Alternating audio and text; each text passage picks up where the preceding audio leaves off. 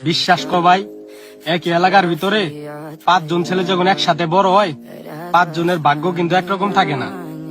হয়তো কেউ জন্মের পরে বাবার ধন সম্পদ পাওয়া যায়, হয়তো কেউ টিনের চালের ফোঁটা দিয়ে বৃষ্টির পানিতে ভিজে রাত কাটায়। কিন্তু ভাই, দিন শেষে সবাই কিন্তু সফল হওয়ার জন্য দিন রাত পরিশ্রম করে। কিন্তু ওই যে বেকার, তার কি শুনতে হয়? শুনবা? আরে তোমার ছেলে ঘরে বসে থাকে, আমার ছেলে তো বিদেশ যাইয়া বছরে 6-7 লাখ টাকা পালায়। ঠিক আছে না? হয় না?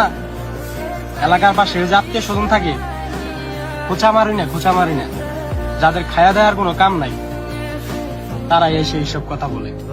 কিন্তু ভাই, তাদেরকে বলো আপনার ছেলের দিয়ে একটা ভিসা বাই করেন, যে ভিসা দিয়ে আমার বিদেশ নিয়ে যান, আমি কিছু টাকা ইনকাম করি। আরে আমার ছেলে তো ভিসা কই পাবো, আমার ছেলে তো অনেক কষ্টে গেছে। এটাই ভাই, এটাই আশেপাশের আত্মীয় স্বজন।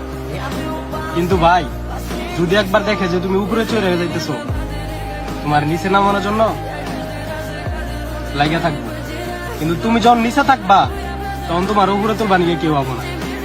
তাই ভাই, এইসব মানুষের কথা কোনোদিনই বলা যাবে না, এই জায়গায় রাখতে হবে। ভাই, যত কষ্ট একদিন সফল তুমি হবা।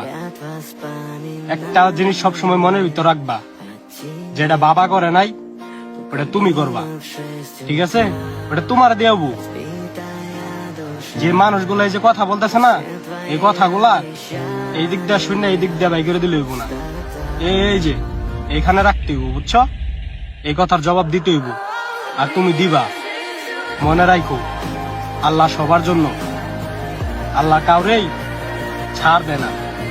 ঠিক আছে?